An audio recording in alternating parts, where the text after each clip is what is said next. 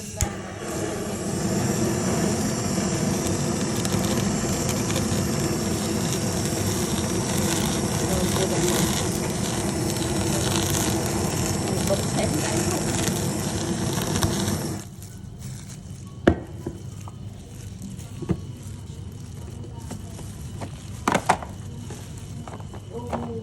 Trang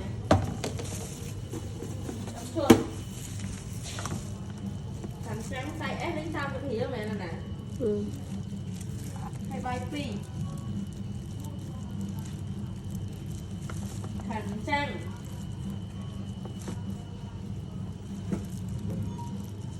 cái khăn trang